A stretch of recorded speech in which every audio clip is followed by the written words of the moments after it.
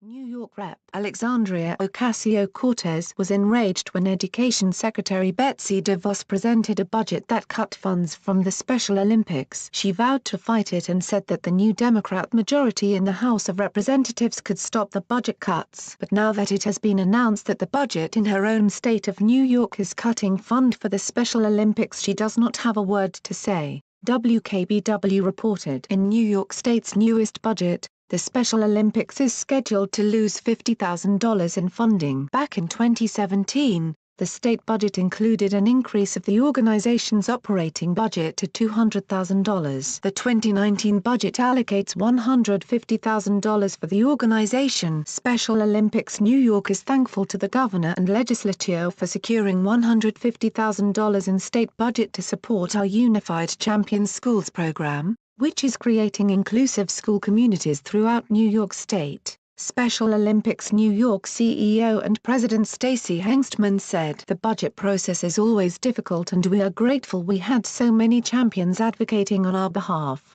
she said. "We will continue to work with our representatives in state government to hopefully increase these funds and continue to grow this important program," she said. "It is astounding how nice they are and agreeable they are when it is Democrats that are doing the cutting to their programs." Negotiating a $175 billion budget between three parties is not easy. As a new member, I have made it my priority to be very attentive to debate, to make an effort to read all information that is provided to me, and for my office to meet with nearly every advocacy group that reached out, Assemblyman Patrick Burke said. That being said, I had not come across any proposed Special Olympics funding from New York State, he said. After looking into the project, the only Special Olympics funding from New York State I found appeared in the 2017 budget and once more in last year's budget, Burke said. The funding was advanced by the New York State Senate, which I believe explains why we had not encountered it as members of the Assembly, he said. Regardless of comparison to past budgets,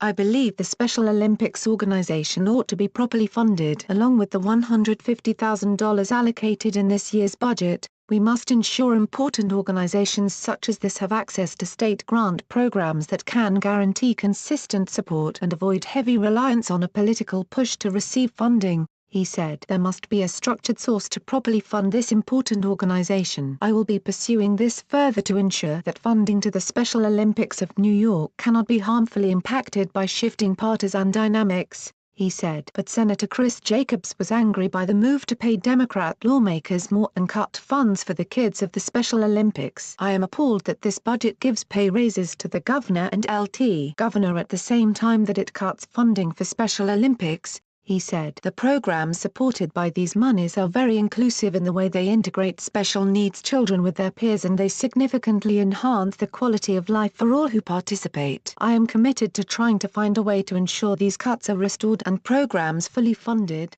he said.